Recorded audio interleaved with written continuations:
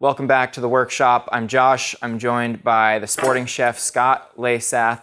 We're talking about how to sharpen a serrated knife, and we'll just call it what it is. This is a bread knife.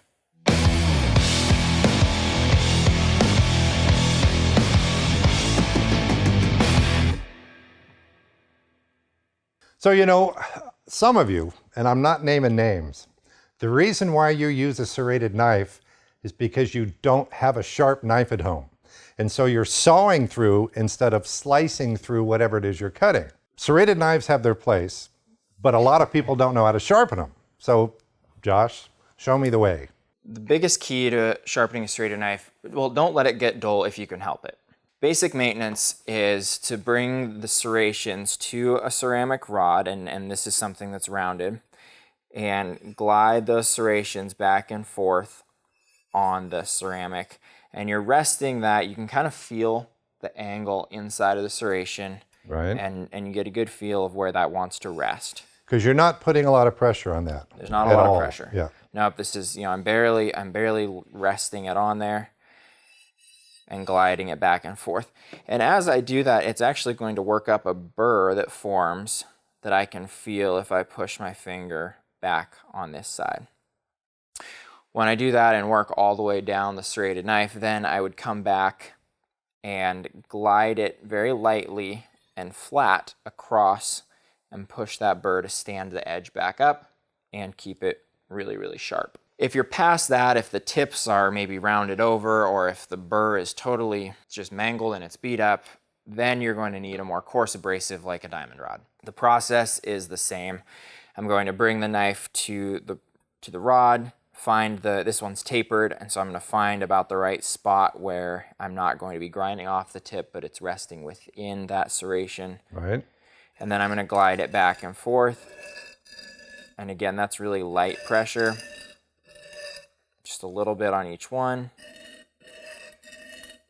And that would be for the knife that needs a little bit more work on it. This is something that is probably a little bit beat up. You're trying to bring it back. Like I said, nothing is going to totally restore that. And so if it can be avoided, I would not sharpen until you absolutely need to. But you're going to work up a burr really quick, actually, with the diamond. And then the same thing is true for removing that burr. Set it on a ceramic or fine abrasive and draw it back across.